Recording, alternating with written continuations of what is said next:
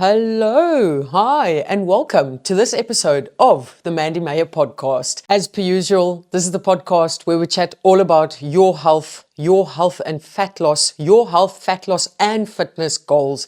And this is also the podcast where I help you achieve those goals through things that I applied during my 40 kilogram fat loss expedition, as well as tips, hacks, and strategies that I have learned over the years and that I've seen others implement and making it work for them. I don't know if you guys are quite ready yet for today's episode. For some of you, it won't be a struggle at all. For some of you, you won't even be fazed by it at all. But I know for a number of you, this one thing that I'm going to chat about in this episode is maybe a problem, or potentially is the thing that is standing in the way of your progress. And can we insert a drum roll right here? No, we can't, because I don't have a podcast producer. It's just me on my own doing it.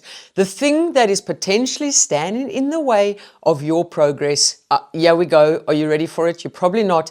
Is alcohol consumption. Someone asked me the other day, the question was posed to me, what is the biggest change that I made in the beginning of my successful fat loss attempt? And I can honestly, hand on heart, right now say to you that it was the fact that I stopped drinking for a full, 2 months at the start of my fat loss expedition. And if I had to compare my successful fat loss expedition to the several failed attempts prior to that, there were a number of little differences between the several failed attempts and the successful attempt. But the biggest difference for me would have to be the consumption of alcohol. The several failed attempts leading up to the successful attempt, I was still consuming alcohol on a regular basis, and I liked to tell myself that I had it under control and it was not the thing that was affecting my progress within my health and fat loss expedition. But every single weekend, it was like that vicious yo-yo dieting cycle where I would get up to a Thursday and then I would go out for drinks on a Thursday night, and all of a sudden that spiraled into drinks on a Friday and a Saturday. And my entire nutritional plan and exercise plan was thrown out the window because I was either consuming alcohol or I was struggling with the side effects or the consequences, put it that way, of alcohol, which is also known as an horrific hangover, right?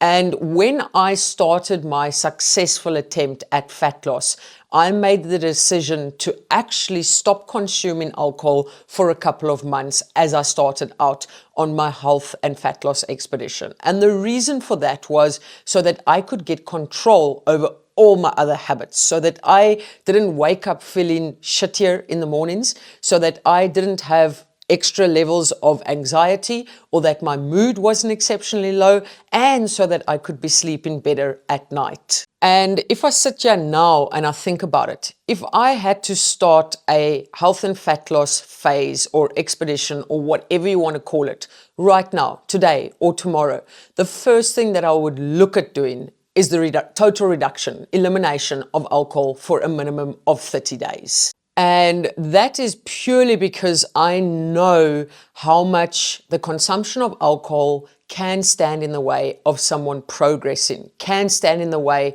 of someone creating consistency, right? Like I mentioned, everything is affected when you are consuming alcohol. So it's not only the lack of control that comes in when you are making decisions around your food, or the lack of control of, the consumption of calories when you have been consuming alcohol, but it's absolutely everything else that is affected as well, that then affects your actions and your behaviors. And that, at the end of the day, all of that affects your consistency as well as your decision-making skills, right? So again, that would definitely be something that I would look at doing. If I had to start a fat loss phase tomorrow and I had, say, 5 or 10 or 15 or 20 kilograms to lose, that would, honestly, that would be the first thing that I would look at doing, purely because it would allow me the mind space, the energy, the decision-making skills, the focus, the less anxiety. It would allow me absolutely everything to make better decisions, to feel more in control, and to create that consistency. And at the end of the day, Those are all the things that we need to progress. Now, I know many people out there will be like, oh, but Mandy, you preach that we should not be cutting out anything and, it should all be in moderation. Unfortunately, alcohol is one of those gray areas because a lot of the times, well, not even a lot of the times, most of the times, it isn't just about the calorie consumption when it comes to alcohol.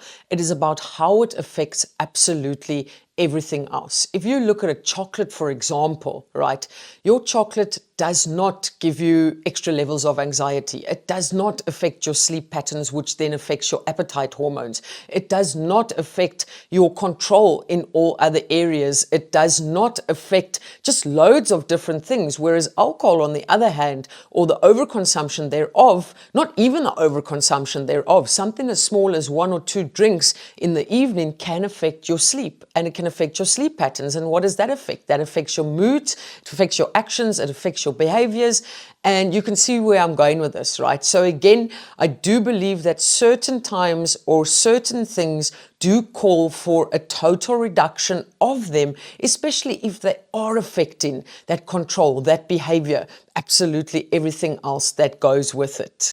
Now, the one thing I will say is if you're having 1 glass of wine whilst you're watching the rugby on a Saturday, or you're having 2 glasses of wine over the weekend, or maybe 1 glass of wine on a Friday evening and 2 glasses of wine on a Saturday evening, and it is not affecting your control, it's not affecting your actions, it's not affecting your behaviors, and it doesn't lead to you going to the closest takeaway joint at 9 p.m. or 2 a.m. in the morning and ordering takeaways that weren't part of the plan, and you feel that it is totally in a controlled manner and it really is not affecting your progress, then continue with that by all means. But I'm speaking from my perspective here, where the consumption of alcohol really did get in the way of absolutely everything. And I kept blaming everything else during those several failed attempts. And like I said in the beginning of this episode, there were other things that led to those attempts failing as well. Like I was quite restrictive in all other areas. My calories were restrictive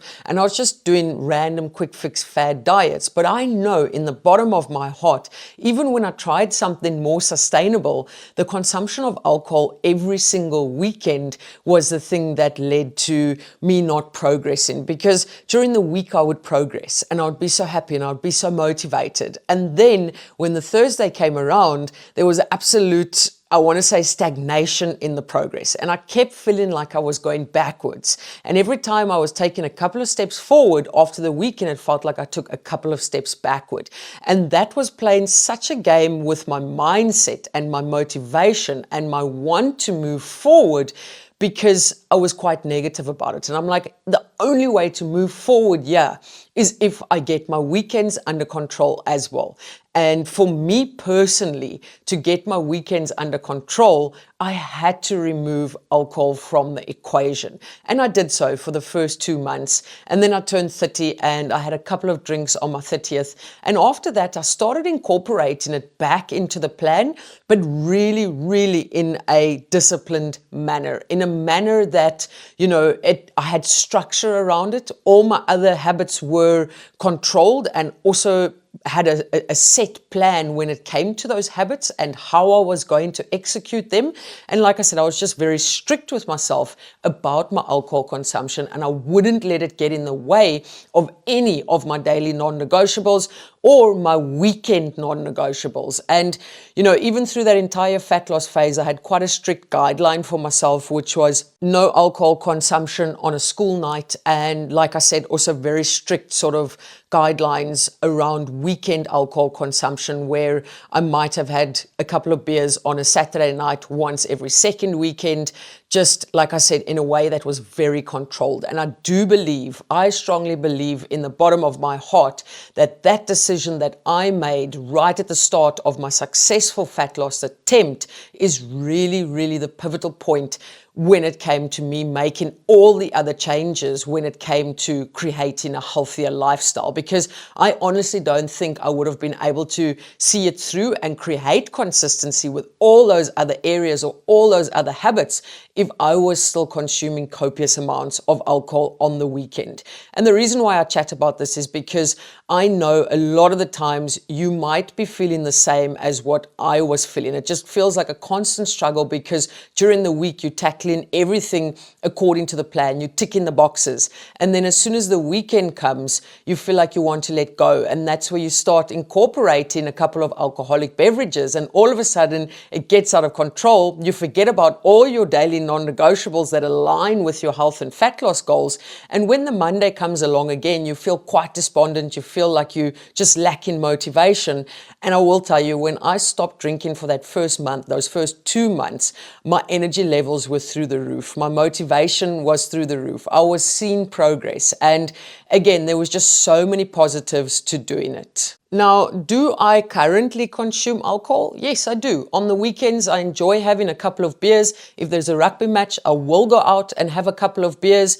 But it's also still in a controlled manner for me, where I don't allow it to get in the way of my daily non-negotiables. I don't allow it to get in the way of my goals. And if I feel that I am crossing a line, I tend to draw it back a little bit. Also keeping in mind that I'm currently in a maintenance phase. I'm not in a fat loss phase. And like I said, if I were to go into a fat loss phase, that would be the first thing that I would look at, because at the end of the day, it is pretty much useless calories, but I also know the lack of control that comes with it, which then leads to an extra consumption of calories and a decrease in calorie burn, because most of the time you're just too tired and exhausted to go out there and do that exercise. Now, this episode was something that I just spoke very freely about. It's not something that I planned. I just wanted to chat from my heart and from my experience, and hope, just really hope that, it reaches some of you guys, or one or two of you that feel that is a thing that is standing in the way of your progress as well. Like I said, I didn't cut it out forever. I cut it out for the first couple of months whilst I was trying to gain control of, all those other healthy habits, and whilst I was trying to gain or build consistency within those habits. And that is the thing that really did help me. So again, I just felt like I wanted to share that with you guys in the hope that it can help some of you out there. On that note, I'm going to love and leave you like I usually do. Keep smiling, keep laughing, and keep being kind to one another. Much love, your friend who just gives you the advice and allows you to use it or not use it, Mandy.